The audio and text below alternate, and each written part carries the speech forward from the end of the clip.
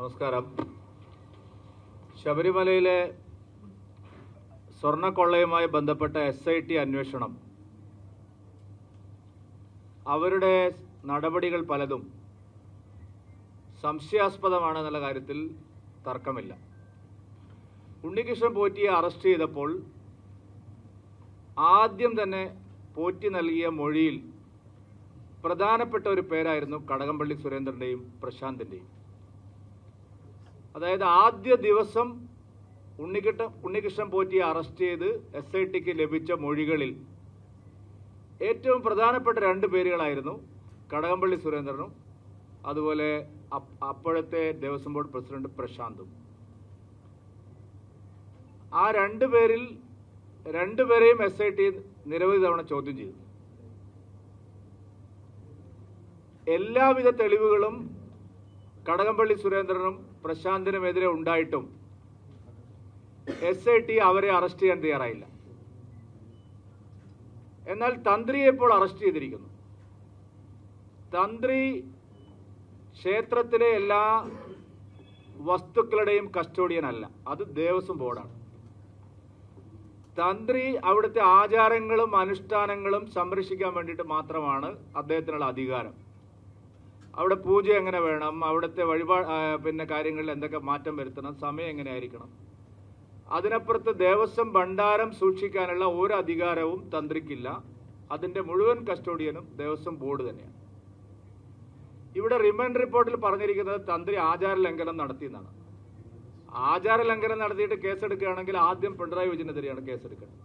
ഇവിടെ എത്രയോ ആചാര ലംഘനം അദ്ദേഹം തന്നെ നേരിട്ട് നടത്തിയിട്ടുണ്ട്. ശബരിമലയിലെ ഏറ്റവും വലിയ ആചാര ലംഘനം അദ്ദേഹം തന്നെയാണ് നടത്തിയത്. അവിശ്വാസികളായിട്ടുള്ള ആക്ടിവിസ്റ്റുകളെ കൊണ്ടുവന്ന് 18ാം പടി ചവിട്ടിച്ച് ഞങ്ങളൊരു നവോത്ഥാനം ഉണ്ടാക്കിയെന്ന് ഓപ്പണായി സമ്മതിച്ച മുഖ്യമന്ത്രിയാണ് കേരളം ഭരിക്കുന്നത്. ആചാര ലംഘനത്തിന് IPCയിലോ അല്ലെങ്കിൽ ഇപ്പോഴത്തെ പുതിയ നിയമസംഹിതയിലോ എന്താ കേസുള്ളത്? 120B നിങ്ങൾ എടുത്തിരിക്കുന്നു, അതാണ് ചോദ്യം. ഞങ്ങൾക്കിപ്പോൾ തന്ത്രി അറസ്റ്റ് ചെയ്തതിലോ അതിൻ്റെ കക്ഷിയേറുന്ന ഒന്നും ഞങ്ങളില്ല. തന്ത്രി അറസ്റ്റ് ചെയ്ത് അദ്ദേഹത്തിൻ്റെ സബ്സ്റ്റൻസ് ഉണ്ടെങ്കിൽ നിങ്ങൾക്ക് നടപടിയായിട്ട് മുമ്പോട്ട് പോകാം, കോടതിയാണ് പറയേണ്ടത്. പക്ഷെ 120B എങ്ങനെയാണ് നിങ്ങൾ തന്ത്രിയുടെ പേരിൽ എടുക്കുന്നത്? 120B ഗൂഢാലോചന എടുക്കുമ്പോൾ എന്താ മോട്ടീവ്? തന്ത്രിക്ക് ഇതിന് ഒരു സാമ്പത്തിക സഹായവും ലഭിച്ചു എന്ന് റിമാൻഡ് റിപ്പോർട്ടിൽ ഇല്ല. ഈ സ്വർണ്ണക്കൊള്ളയിൽ ലഭിച്ച പണത്തിൽ നിന്നോ അല്ലെങ്കിൽ മറ്റ് ആനുകൂല്യങ്ങളിൽ നിന്നോ ഒരു സാമ്പത്തിക നേട്ടവും ഉണ്ടാക്കിയെന്ന് റിമാൻഡ് റിപ്പോർട്ടിൽ ഇല്ല. ആചാരങ്ങളുടെ കാര്യം മാത്രമാണ് റിമാൻഡ് റിപ്പോർട്ടിൽ പറയുന്നത്. അപ്പോൾ അവിടെ ഒരു സംശയം സ്വാഭാവികമാണ്. ഈ തദ്ദേശ തെരഞ്ഞെടുപ്പിൽ ഉണ്ടായിട്ടുള്ള അതിഭീകരമായ തിരിച്ചടിയിൽ നിന്ന് മറികടക്കാൻ ജനവികാരം അത്ര ശക്തമായി സർക്കാരിനെതിരെ ഉള്ളപ്പോൾ അതിനെ ഒന്ന് വഴിതിരിച്ചു വിടാനുള്ള ഒരു തന്ത്രമാണോ എന്നുള്ള സംശയം ജനങ്ങൾക്കുണ്ട്. അത് ദൂരീകരിക്കപ്പെടണം. അതാണ് ഞങ്ങളുടെ BJP ആലോചിച്ചിരിക്കുന്നത്, NDA ആലോചിച്ചിരിക്കുന്നത്. ഞങ്ങൾ ഇതിനെ സംബന്ധിച്ചുള്ള അഭിപ്രായം അല്ല. ഞങ്ങൾ ഈ കേസിൽപ്പെട്ട ആരെയും സംരക്ഷിക്കാനില്ല, ആർക്കും വേണ്ടിയും വക്കാലത്തിനില്ല. പക്ഷേ ഈ കേസിൽ സംശയങ്ങൾ ധാരാളം ഉണ്ട്. പ്രധാന പ്രതികളെ അറസ്റ്റ് ചെയ്യാതെ ആചാര ലംഘനം നടത്തി എന്ന് പറയുന്ന, അല്ലെങ്കിൽ എല്ലാം അറിഞ്ഞിരുന്നു എന്ന് പറയുന്ന തന്ത്രിയെ മാത്രം അറസ്റ്റ് ചെയ്യുന്നു. എല്ലാം അറിഞ്ഞിരുന്നു കടകംപള്ളി സുരേന്ദ്രന്, എല്ലാം അറിഞ്ഞിരുന്നു പ്രശാന്തിന്, ശങ്കർദാസിന്. പ്രശാന്തിന്റെ കാര്യമാണെങ്കിൽ ബഹുമാനപ്പെട്ട കോടതി തന്നെ ചോദിച്ചിട്ടുണ്ട്, നിങ്ങൾ എന്താ പ്രശാന്തിനെ അറസ്റ്റ് ചെയ്യാത്തത്? കാരണം അദ്ദേഹം നേരത്തെ നടന്ന തട്ടിപ്പിൽ എല്ലാ കാര്യങ്ങളും, വിജിലൻസ് കണ്ടെത്തിയ തട്ടിപ്പിനെ സംബന്ധിച്ച എല്ലാ കാര്യങ്ങളും മനസ്സിലാക്കിയിട്ട് അതേ തട്ടിപ്പ് റിപ്പീറ്റ് ചെയ്യാണ് ആ പ്രശാന്ത് ചെയ്തിരിക്കുന്നത്. കടകംപള്ളി സുരേന്ദ്രൻ ഇതിന്റെ ഫൗണ്ടർ ഓഫ് ദി കോൺസ്പിറസിയാണ്. അദ്ദേഹം അവിടെ ഇരിക്കുമ്പോഴാണ് ഈ തട്ടിപ്പ് മുഴുവൻ നടക്കുന്നത്. അദ്ദേഹവുമായി നിരവധി ഇടപാടുകൾ, അത് വ്യക്തിപരമായും സാമ്പത്തികമായുമുള്ള നിരവധി ഇടപാടുകളെ സംബന്ധിച്ചുള്ള ചോദ്യങ്ങൾ SIT ഉന്നയിച്ചതാണ്. പക്ഷേ എന്തുകൊണ്ട് കടകംപള്ളിയിലേക്ക് അറസ്റ്റ് പോകുന്നില്ല? എന്തുകൊണ്ട് പ്രശാന്തിലേക്ക് പോകുന്നില്ല? എന്തുകൊണ്ട് ശങ്കർദാസിലേക്ക് പോകുന്നില്ല? എന്തുകൊണ്ട് വാസവന്റെ ഉത്തരവാദിത്തത്തെക്കുറിച്ച് ഒരു അന്വേഷണം പോലും നടത്തുന്നില്ല? ഈ ചോദ്യം വളരെ പ്രസക്തമാണ്. രണ്ടാമത്തെ കാര്യം, രാജീവ്ജി പറഞ്ഞു ഇതിൽ കോൺഗ്രസിന്റെ പാർട്ട് എന്താണ്? കോൺഗ്രസിന് ഇത് ശക്തമായിട്ടുള്ള ബന്ധമുണ്ട്. കാരണം ഈ സ്വർണ്ണക്കൊള്ള നടക്കുന്ന അതേ 2017 അടൂർ പ്രകാശും ആന്റണിയും, അവർ ചെറിയ വ്യക്തികളല്ല, ചെറിയ മീനുകളല്ല. അവർ കേരളത്തിലെ UDFന്റെ കൺവീനറാണ്. ശബരിമല നിലനിൽക്കുന്ന പത്തനംതിട്ട ജില്ലയിലെ MP ആണ്, പത്തനംതിട്ട ലോക്സഭയിലെ MP ആണ്. ഇവർ രണ്ടുപേരും ചേർന്ന് ഉണ്ണികൃഷ്ണൻ പോറ്റിയെയും ഈ സ്വർണം വാങ്ങിയ വ്യവസായിയെയും എന്തിനാണ് സന്ദർശിച്ചത്?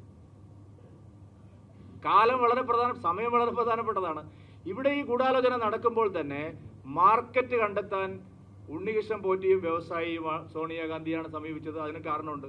സോണിയാഗാന്ധിയുടെ സഹോദരിക്ക് ഇറ്റലിയിൽ രണ്ട് പുരാവസ്തു ഇതുപോലുള്ള വിഗ്രഹങ്ങളുടെ കച്ചവടം നടത്തുന്ന സ്ഥാപനമുണ്ട്. ഞങ്ങളത് എവിടെ വേണമെങ്കിലും പ്രൂവ് ചെയ്യാൻ തയ്യാറാണ്. പ്രസാദം കൊടുക്കാനാണെങ്കിൽ ഉണ്ണികൃഷ്ണൻ പോറ്റി പോട്ടെ, ഈ വ്യവസായിക്ക് എന്താ പ്രസാദം മന്ത്രച്ചാരട് കെട്ടിക്കാനായില്ല? അപ്പൊ എന്തിന് വ്യവസായിയെ കൂട്ടിക്കൊണ്ടുപോയി? ഇതുവരെ രമേശ് ചെന്നിത്തലയോ വി.ഡി. സതീശനോ ആ കാര്യത്തെക്കുറിച്ച് മറുപടി പറഞ്ഞില്ല.